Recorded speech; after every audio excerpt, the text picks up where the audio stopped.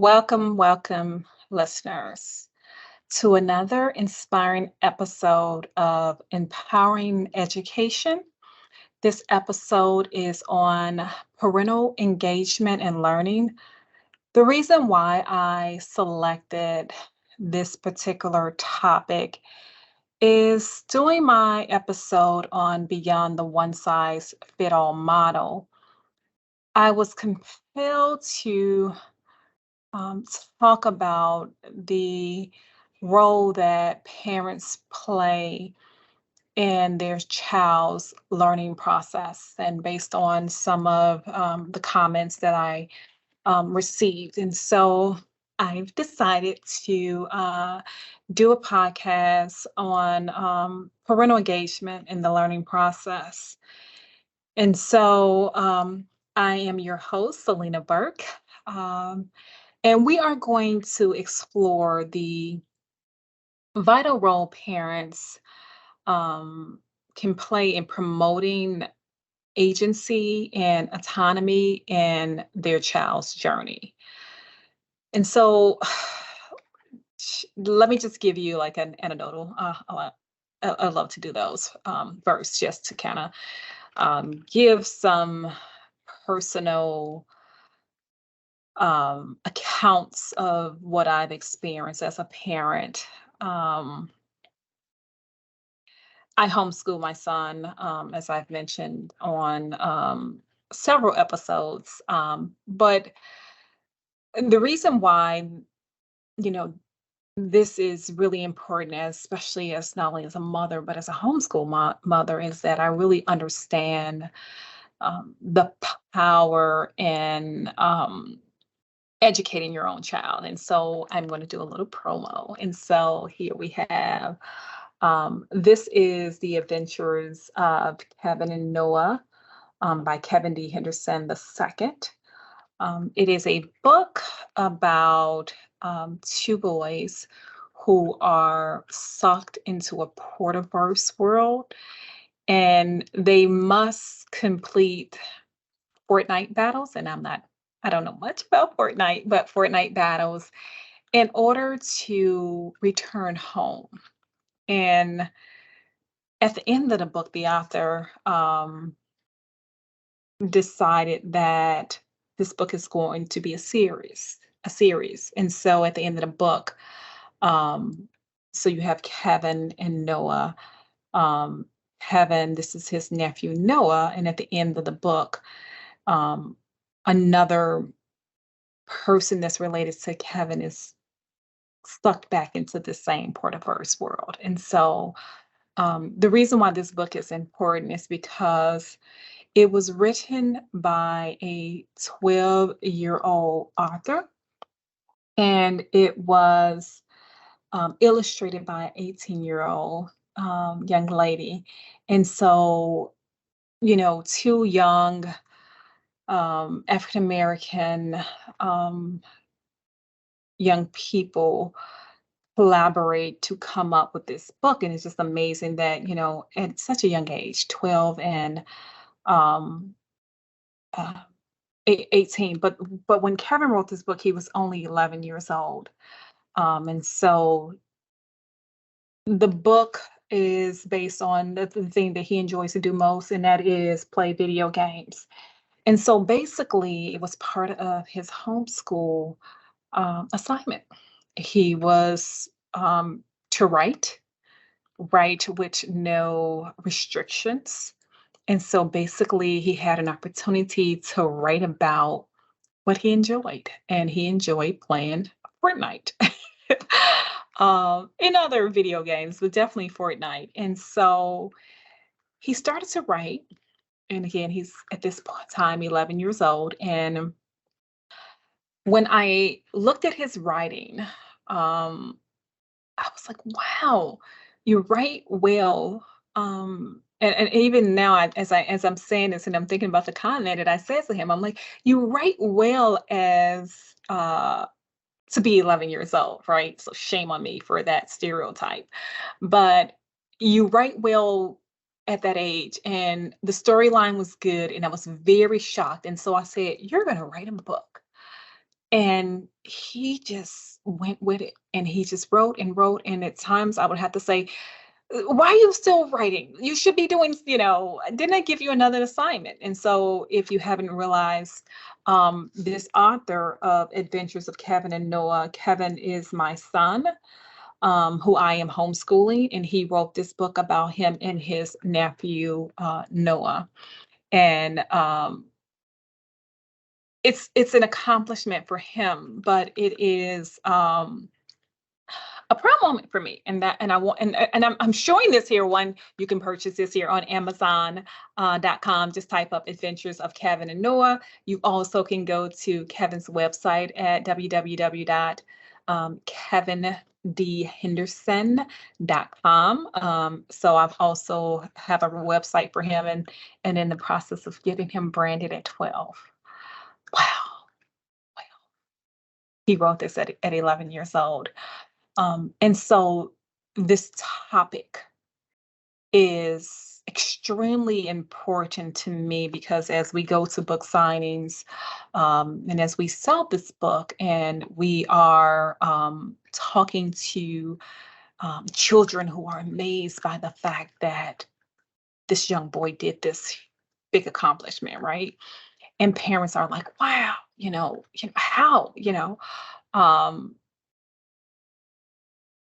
as a mother, I understand that, I am his first teacher, right? Even though I chose to homeschool him, I am his only teacher, but, his even my oldest son, as I, um, taught and tutored him, even though he wasn't homeschool, I understood my place as his first learner, and that is, like, one of the main things that I think we as parents should understand, and two, that teachers would appreciate, because there should be some type of partnership, with your teachers. Your teachers, it should not be the case where you're just throwing your kids off to the teachers, and now this is your responsibility, and my child's not doing well, and so this, stop.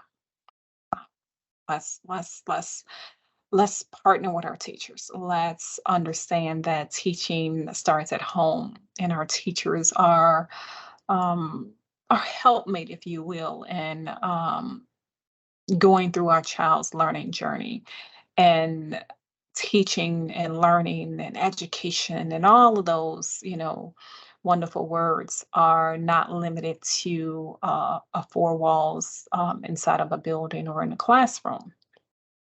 And so understanding, your child and who your child is. What I've done with my child, um, I'm not saying teachers can't do this here. I am saying that I empathize with teachers when there is a student ratio of 1 to 25, and them, um, having the ability to identify a child's strength with so many kids, um, and kids being in such a large environment and not able to actually show their, abilities and talents and skills and that thing. And for me, I saw that with my son. I saw that he loves writing. He has been reading, he started reading Harry Potter books when he was, barely in second grade. And so I, um, saw that. I recognized that. And in him writing, I could have said, "You are to write this particular assignment on this particular topic." And I could have restrained his creativity. But what does that do when we do that? But instead, I gave him the autonomy. The main objective was just to write, to get your ideas out of your little body, and put them on a piece of paper. And he said, "Well, what should I write about?" And whatever you want to write about. I don't care. It could be, you know, you're upset with being homeschooled, or you love being homeschooled, or you wish you could be sleeping right now. And this is homeschool, so why do we have to get up at 7:30 in the morning? Because this is not school. Right? So these are the things that he complains about. Um, but I gave him that autonomy, and I allowed him to, be creative in his space. And what came out of that was a book, a series, none other. And I didn't do that. He did that all on his own at 11 years old. And he can do it, and every other kid in this world can do it. But I want us to understand that there is the teaching start at home. And so this particular podcast is for my parents. I want you to understand your role as parent educators, because that's what you are. And so, in this world where education is rapidly evolving, it is essential for us as parents to recognize that learning is not confined to the classroom. Parents, one more time, parents, you are powerful, powerful partners in your child's education. Your involvement can foster a sense of independence and love for learning. Our children should not hate learning, right? Because learning should be seen as this natural process, this natural thing of curiosity and creativity and innovation, right? With no constraints. So let's dive in. Why should parents be more active in the learning process? Well, for one, your child's first your child's first experience to learning is through you. You are your child's first and most important teacher. Your guidance, your support lie in the foundation of your child's academic and personal growth. You are that support system.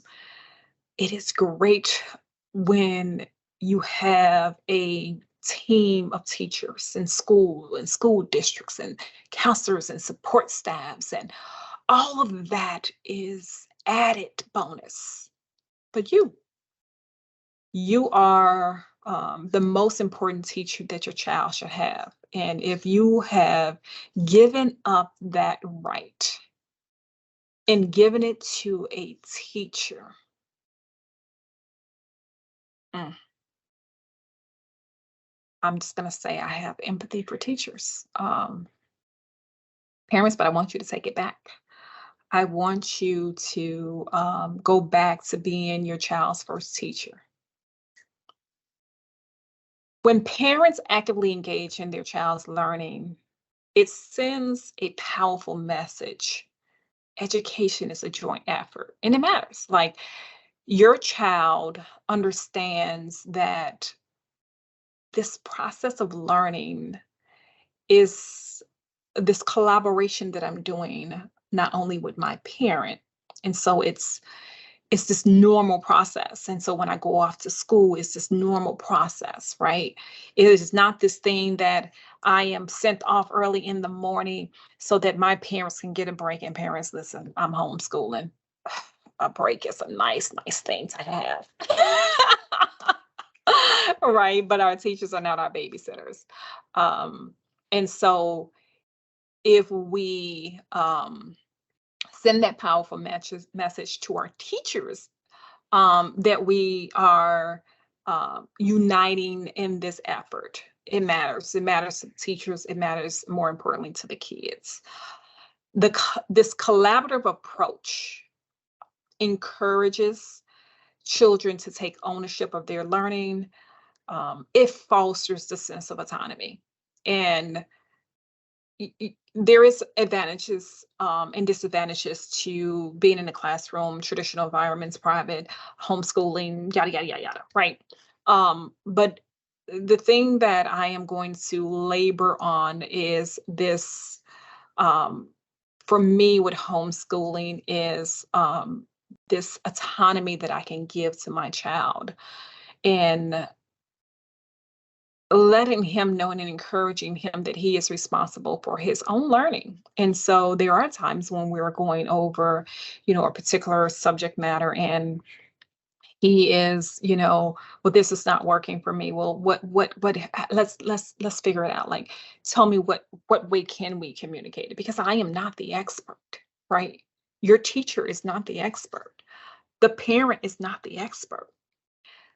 We need to teach our kids that they are the expert in their learning. And so they need to understand, the type of learner that they are. And that means basically what, like, we as adults can say, yes, I learn better if I see something. I learn better if I am able to um, perform the task, like hands on. We know that as adults, we should be striving to teach our kids so that they can understand the way that they learn, so that they can use those approaches as well. And so, how, what ways do we need to draw something out? Or do we need to? There was a situation where we worked on composite figures for over a month. Okay. You can't do that in traditional classrooms, right? Because the classroom has to continue to move on. And moving on, sometimes that kid is just kind of, left there. Like, we took the standardized test. He did this was his grade, or this is the results, and oh, let's just move on, right? And I'm not saying, what I'm saying is that teachers um have been censored, have restricted requirements that they must meet. And in doing so, our children are sometimes left behind because of that. And they're affected. Like, if the class has to move on because you can't stay on composite figures for 2 months, then right, right. What's gonna happen to that baby? Because you have to move on, right? And so homeschooling allowed me to kind of go through that process of, let's do this, let's do that, let's try this, right? And we end up, like, literally paper and cutting out boxes and all these figures, and so that he can actually hold the particular object and move it around so he can see all the different surfaces. And so some classrooms are able to do that. Some teachers do have the autonomy to do that, but not all, right? And when they do struggle because the classroom can't move on, it is the parent is should be stepping in. And if you can't teach a parent, then we need to figure out, there should be free tutoring services. And if it's not, then what happened to those kids? And I think I mentioned that in that other episode that I did on that one size fit all model. But we need to be our first learners, and we need to be able to identify what's going on with our kids and what else do they need. And I'm for sure that the teacher will embrace you saying that, hey, you went over composite figures. My son is still, or my child, or my daughter, or my, you know, this learner is not able to understand the information, and I have learned, because I am his first teacher, that he really does better if you can give him a visual, if you can actually allow him to touch things and feel things, or if he, and so you are the first learner. You are the first teacher. And so you should be constantly teaching and constantly evaluate them, checking your child out and seeing, and you can see, well, you know what, he does well in groups. These are things that you don't have to structurally implement. They're natural things that you can tell, right? Just because you're with your child, you raise the child, you're around them, you see them in different type of environments and spaces. And so these are things that the teacher don't have, that you can partner with the teacher to let them help you in your child's journey. Okay. So, as we are, parents promoting agencies and autonomy in our child's learning spaces, we can talk to our child about their interests and goal, encourage them to ask questions and explore topics that piques their curiosity. Let's not restrain them. Another crucial aspect is providing choices. allowing your child to make decisions about what they want to learn and how they want to learn it. And this is before I homeschool my child, attended Montessori school, and I love this method of allowing children to be accountable for their learning and deciding what they want to learn and how they want to learn it. This not only builds the child's autonomy, but it also makes learning more engaging and enjoyable. And I say engaging because if your child is not engaged in anything that they do, if I am talking to my child, if he's not engaged, what happens? If we're at church and the minister is preaching and he's not engaged, what happens? You already know. Right? You know your child, and so you know what happens. And so we need to make sure that we're continuously engaging our child in the learning process and that they're enjoying it, right? We want to make sure that they are that they are enjoying that learning process. One way to facilitate this is one of the ways. There's many ways, right? Because as I mentioned before, we have a diverse group of kids, but project-based learning. Um, Let your child pick a project that they're passionate about, and this can be independent of what's going on in school. It can be, whether it's, building a rocket or writing a short story or creating your own book. This approach not only nurtures creativity, but it also teaches problem solving and time management. Now, when my son wrote his book, there was no time restriction, but he understood that as part of his homeschool curriculum, as he's writing, there is we need to finish a day, and these are the things that we need to do for the day and how we're going to do those things. And so, time management, problem solving, like what am I going to write about, and how am I going to write about it? And when I tell you, I had um, no um, involvement in this process. He naturally like kind of went through from chapter to chapter, and I mean it was amazing. But these are things that we can, as parents, teach our children. You don't have to wait to have a project based on an assignment. Figure out what is it that your child likes to do. Are they a good writer? Are they a good reader? Are they, good at electronics? Are they good with their hands? Figure out, you need to know your child. You expect your teacher to know your child and what type of learner your child is, or what motivates your child, or how your child is, and, what makes your child become more engaged. But you don't know it? Come on. But you wanted the teacher to know. Come on, parents. I need you to think about that. Um, we as parents can also create a supportive learning experience at home. Now, I am not, there's, when you talk about homeschooling, especially people talk about setting aside a designated space for studying and, providing access to books and, other educational resources. Um, While this does encourage self-directed learning, I believe that learning can happen any and everywhere. It doesn't, um, I am, for my particular kid, and remember, every kid is not the same. We need to understand that every kid is not the same. So approaches that I'm saying may work for my child might not necessarily work for yours because your child is different. So as a parent, you need to learn your child. I am not an advocate of setting aside a designated space because I don't want him to associate learning with that particular space, right? I don't want him to think that in this particular space, now you should start learning. I don't want you to think that when you come into this room that I set aside in the house with all the pretty colors and the books and all of that, that particular space is where learning begins. I don't want to train him that way. I don't want him to, because what happens is there's an association.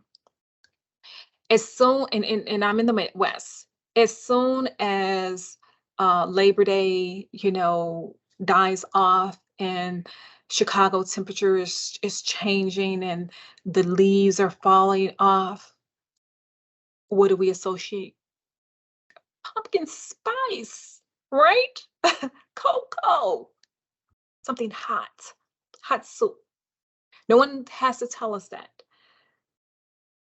The things that occurs, eh, the weather, school starting, um, the falling trees, the chill, it's not, it's probably too cold to have the windows open, but not hot enough to have the heat on, but there's a little chill, right? You think of something hot. And those are things that happen to register, oh, it's time for something warm, right? It's time for something heavy cooking. No more salads. Bring on the greens and cornbread and mac and cheese because, that's the Midwest warm food, right?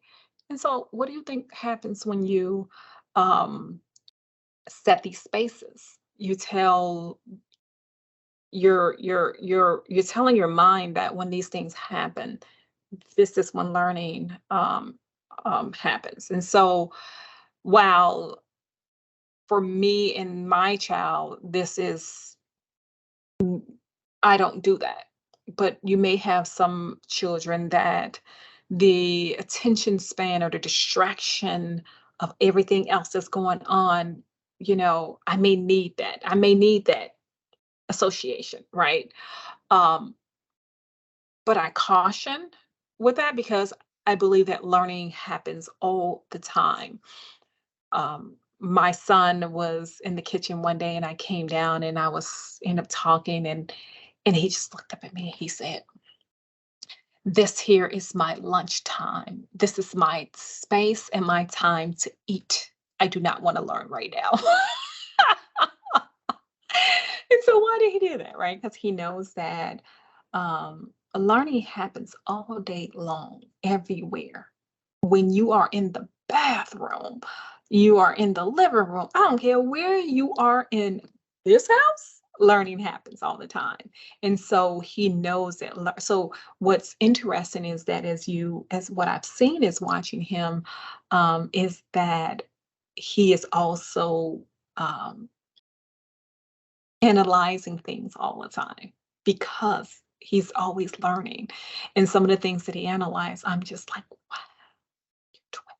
Ah, there I go again, stereotyping 12-year-olds. But it's amazing. Like, he's very attentive to certain things and he's analyzing all the time because learning is everywhere. So I say, I'm sorry, I diverted a little bit, but I say all that to say that wow, parents can create this learning space. It's just be careful with setting a designated space for your child. Okay, so it's crucial to be a role model for your child. Show your child that learning doesn't stop with just adulthood. Share your own interests and engage in learning experiences with your child. And so, by me still being in school, getting my PhD, we can read together. We can write together. He's writing and I'm writing. And so, this is this shared experience that we're doing together. This enforces the idea that education is a lifelong journey. However, I know my son, he's like, "You've been in school all your life. I am not doing that." Right? Um, and so, but the difference is that I go into an institution and there is structure, not in the PhD program. It's more, you are independent and actually I love what they're doing at the Institute of Design, Illinois, at Illinois Institute of Technology, where you are definitely responsible for your journey, and so there is more autonomy. It's not as structured as I recall in undergrad. However, I am able to share these moments with my son and he is able to see me in these learning modes, if you will. And so you just basically the idea is just to continuously reinforce the idea that education is a lifelong journey. And I really, I'm back and forth with just, my teachers out there, help me out. If you are a teacher and you're listening to this here, please provide your comment. I really feel like we should get rid of the word education, right? I don't know, because and it could be, it's that thing about association, right? I am associating education with this particular institution or environment and space, and versus reading based, instead of saying we should be enforcing the idea of learning as a lifelong journey, right? I don't know, for some reason, education, I think education, and I think my son thinks of education and he says, oh, I don't want to do that forever. You've been doing that forever, right? And it is, learning is something that you're going to do forever. You know, you're going to retire and now you're going to learn how to golf, and you're going to learn how to sew, or you're going to learn how to do whatever it is your hobby. It's a continuous process, right? So we just need to, and so the point is that I'm trying to make is that parents, make sure that you are your child's role model, because if you're not, then who is? I'm gonna say that one more time. If you are not your child's role model, then who is? I take pride in the fact that my son would tell you that, yeah, my mama's my teacher. Like, my mama's smart, And so that's, the pressure is on, because if I don't know something, Lord have mercy, And so there is that pressure from him, because he does look at me as his role model. And so, but I feel good about that as a mother. And not everybody has that ability to homeschool, and I'm not discounting that. What I'm saying is that if you're not homeschooling and you're sending your child off to somewhere else to learn, remember that you are the first learner, and you should partner with your teachers. They are there to help you. That is your job, and your teachers are there to help you. And you should be partnering with your teachers. And if you're homeschooling, even more, like, you are the everything. And so continues, the main goal is to continue to be, role model in that learning process, and reinforcing that, and um, you know, remove these restrictions of the space of education happens in this classroom and learning happens everywhere. So I want to conclude. Parents, what I really, hope that you've taken away from this podcast is that you have the power to shape your child's educational journey, by actively engaging in the learning process. You can foster agency and autonomy. You can help them become lifelong learners who eventually are confident and curious about the world, right? Be it, just curious about nature or science or politics, right? Like, all these things that are going on in our world, and understanding the social structure that's going on, the hidden oppression that is implemented in a lot of things. Our kids need to be able to analyze that and understand what they're being that what are the forces around them, because if they don't know, then they're susceptible to succumb to those things, right? um, and so let's make sure that we're teaching our kids to be critical thinkers. Thank you, for tuning in to Empowering Education. I hope this episode has truly, truly inspired you parents to take an active role in your child's learning journey. And remember that the path to learning, successful and personal growth, begins at home. You are your teacher's first learners. I also going to do another plug for my baby, my Arthur. Um, Adventures of Kevin and Noah, written by Kevin D. Henderson, illustrated by Shaw Hope. You can go to Amazon and just search Adventures of Kevin and Noah. You will find the book, as well as you can go to Kevin's website at kevindhenderson.com, where you can also purchase a book. And I will say that Amazon has locked in the market on shipping. So you can I would recommend you go to the website to learn about Kevin and the things that he's doing, his upcoming signings. But I probably would suggest that you purchase the book on Amazon, because the shipping is more cost efficient, because, Amazon has a big corporation that has probably or is getting a discount from the big carrier companies, and so they are able to charge sometimes even free, probably if you have the Prime membership, versus if you go to the website, we're not getting a discount. We haven't got that big yet, but just wait on it because he's coming out with the second book. He also is selling, yes, so mothers, yeah. So not only did he write this book, but the characters are now on apparel that he's selling. So caps, a shirt. We're eventually going to do joggers, but right now we're doing hats and shirts. And so he is incorporated as a business. He has his own business.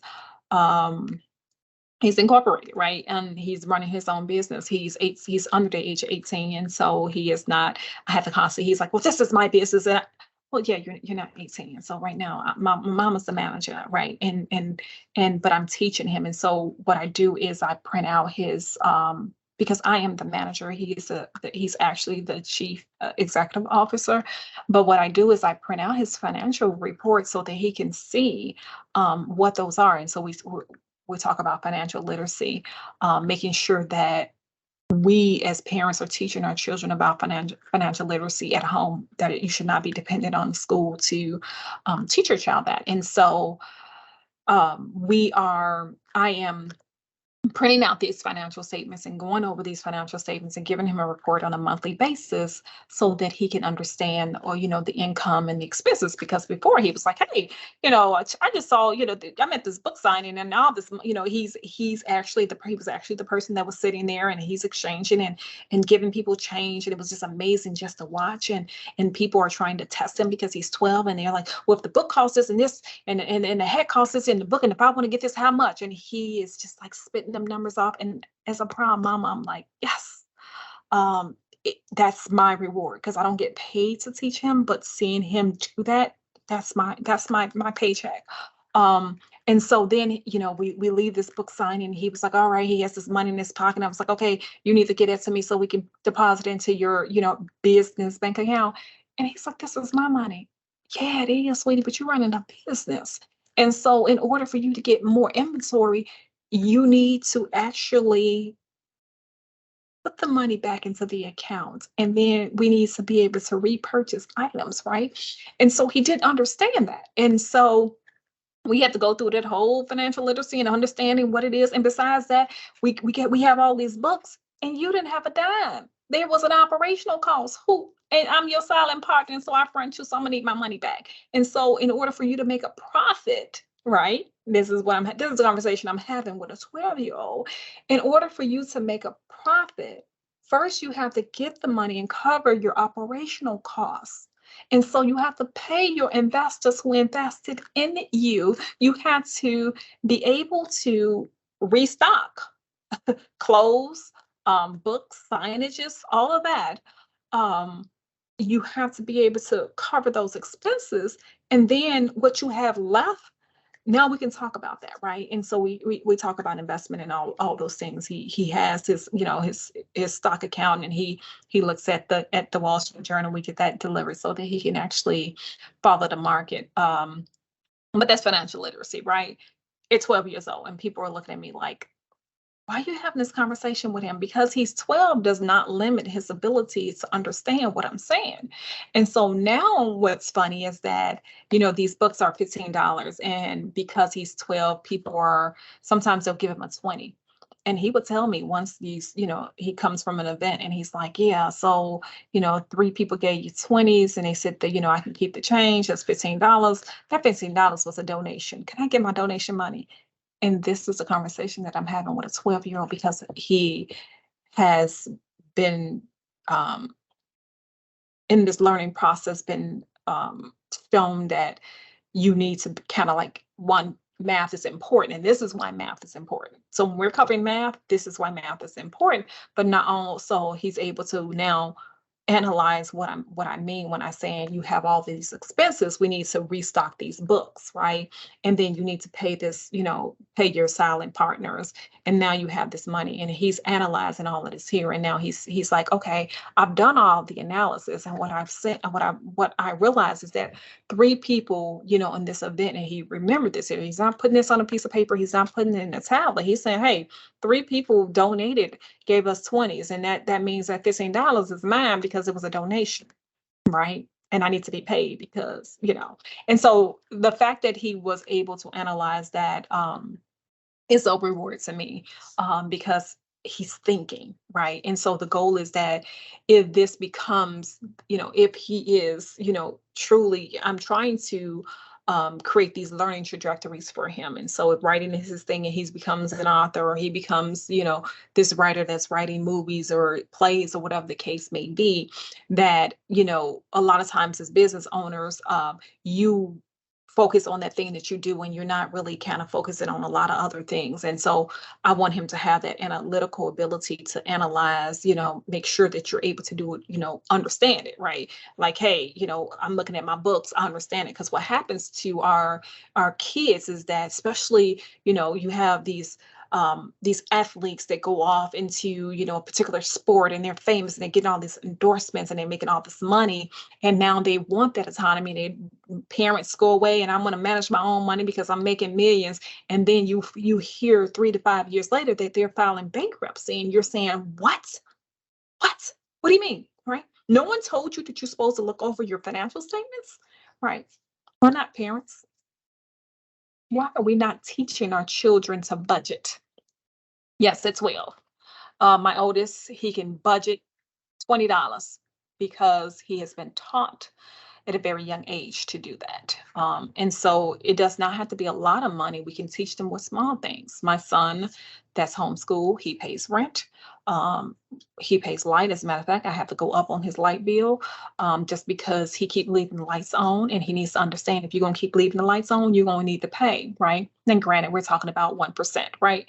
And so, but the purpose, and he doesn't, he's irritated with it. He's irritated with the fact that he has to pay bills. But I'm teaching him that you're anywhere you go, you're going to have to pay. And you need to understand that there's a cost associated with living, right? We're not in a, this is a capitalist world that we live in, and money, it drives everything. And so you need to understand it. You need to understand how to budget. And so I know I'm diverting here, but what I'm trying to say is, parents, do not wait till your child goes off to college to start teaching them about budgeting.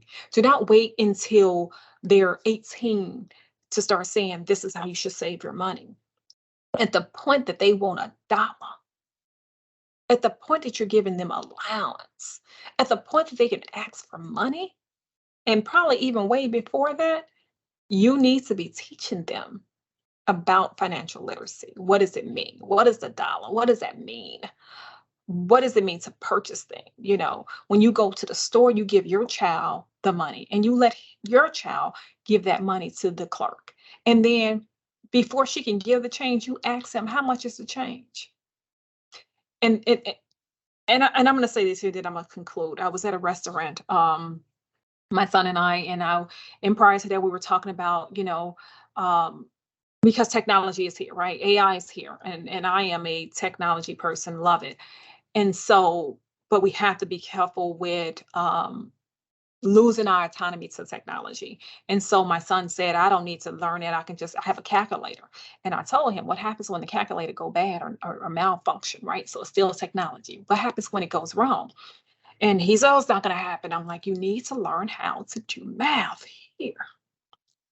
And so we were at the restaurant, we were paying for the food, and I take that back. That wasn't a restaurant. We were there at Walgreens, and we went to pay the lady, and I can't remember what the amount was, and I gave her like some change or something because I wanted just even money. I didn't want any change back, and she had already rung it up, and the machine told her what the change was, and I threw her off. because she did not know what to do after I gave her the money, after the registrar had said, you received the 20, the cost is this is your change, right? And so now this person had a hard time trying to understand what the change was because I had messed it up, right? And that was a learning experience for my son. And so he was like, well, what? Because she didn't have her calculator. See, you think that calculator is going to work all the time, right? And so this is things that we can do. Like you talk about math. Math does not have to be this thing where you have these problems and you're writing these problems out, right? Math is in everything that we do. And so when you go pay for your food, when you go to the grocery store, when you go to buy clothes or shoes or whatever the case may be, if you are dealing with cash, use that opportunity as a learning opportunity and give that money to your child and let your child exchange and ask them what the change should be. Let the child pay the clerk and then ask them what the change should be. Right there, you just did addition and subtraction with your kid, right? So let's take back our position as teachers. Let's partner with our teachers as well if we are sending our children off to school.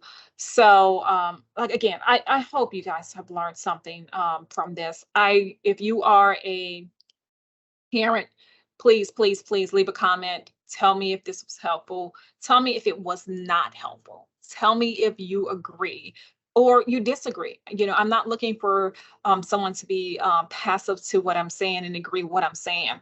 Let's have a conversation, right? Because I am one person, right?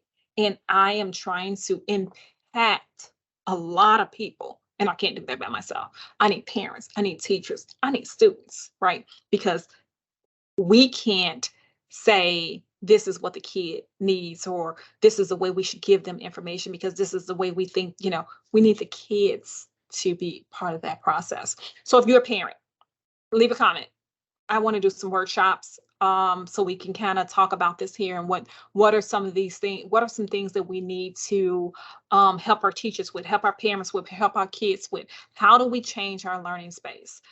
I can't do it by myself. I am pleading for parents. Say something at the bottom. Tell me what you want. Let's talk about it. I can set up some Zoom calls. Let's have a conversation. Teachers, again, always my empathy goes out to you. Um, I would love to have conversations with you guys as well. Let's talk about it. Let's find a solution, right? Let's use design thinking to come up with some type of framework on how to um, bring equity and inclusion to learning spaces. Let's change what we call education, right? Um, let's go through this learning journey. Students, come on, we are talking about you guys. Are you if you are a learner, you need to put something down here in this comment and tell me what is it that we need to do. Let's have a conversation. Do I need to have a workshop with just kids? I'm all for it. I'm telling you, I'm all for it. So let's do that. And so again, thank you for tuning in to Empowering Education. I hope this episode has been beneficial to at least one person. And there's a topic you would like me to talk about, please put it down in the comment because I am on this PhD journey and I am looking for your help and I need it. Until next time, I want to say keep supporting, keep nurturing, and keep learning together. Thank you.